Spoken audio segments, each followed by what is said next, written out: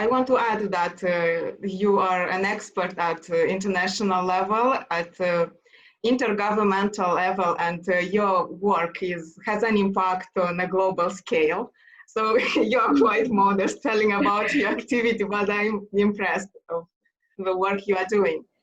So could you tell, because we had a discussion previously, and you told me more in detail about the work you are doing for years, and how do contribute in helping governments to implement artificial intelligence in in our social life.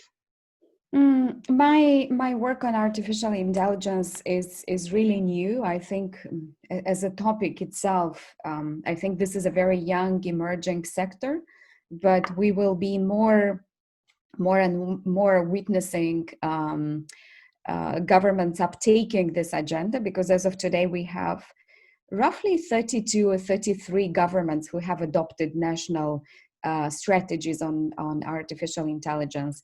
So this is still a very, very young sector. And my work basically started late last year when I joined the ad hoc committee on artificial intelligence that was set up by the Council of Europe, exactly with the vision with the ambition to try to clarify and set up a roadmap for what artificial intelligence is going to bring to the governments, particularly those who are members of the Council of Europe. So the purpose of the ad hoc committee is basically to clarify what would be the main objectives of the artificial intelligence roadmap of the Council of Europe, and how that would enforce the governments on the ground to do real things, to do practically implement AI solutions, be it in the public service delivery, be it in, I don't know, any sector could be today rethought and redesigned through the prism of artificial intelligence. Today, when we talk about health sector, we have now drones flying around and sticking into your window and trying to assess whether the people in the apartment or the house are suffering from the COVID-19 or not. So there are things that are coming up. I think we will be witnessing a lot. The question is, how much capacity do we have in place?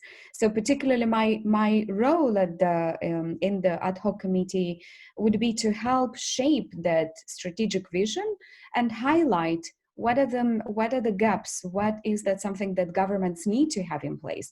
If we talk about a government like that one of the Republic of Moldova, or any other government in the Eastern Partnership region, or in the developing world, because if there are no, if the approaches are not correct ones, then we will witness even a bigger divide between the developed and the developing world. So one needs to be very careful about mapping the broader ecosystem and fitting into those strategic visions at the Council of Europe, for example, so that all the gaps and weaknesses are being considered in moving forward.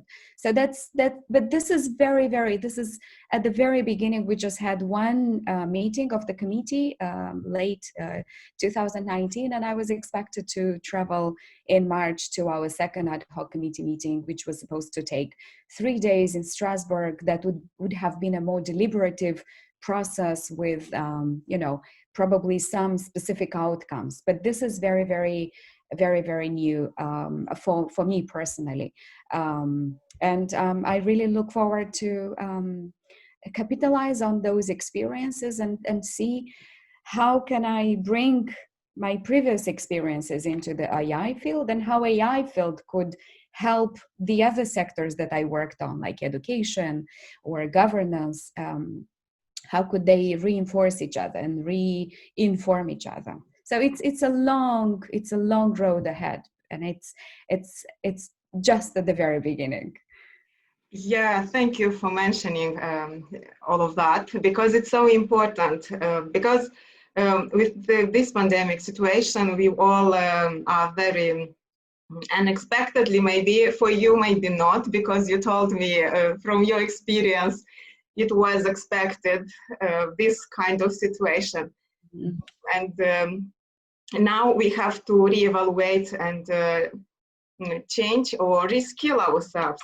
But could you bring a bit of light? Why and how did we end up into this situation, economically especially, and at all levels, I could say? Well, I think there are various reasons. One, and I would go back to the work that I used to do on open government data. Yeah. I think one reason is that particularly in the developing countries, but now we see across the globe, everyone is locked down. So probably we are still not yet there with our capacity to read the data. We do produce enormous amounts of reports. We have had reports and signals from different stakeholders throughout the past years, ever since the Ebola outbreak or SARS or others.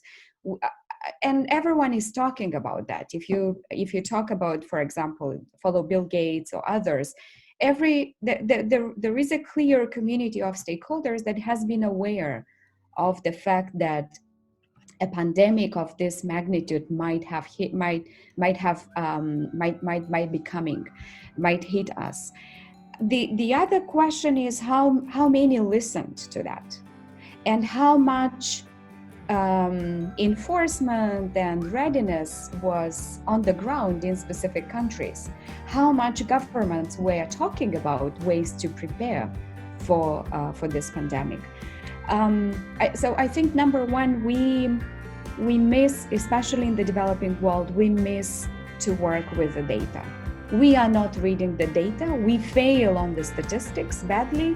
We are not able to do proper planning and strategize correctly, mainly because we lack high quality, accurate data. So this is number one. Number two,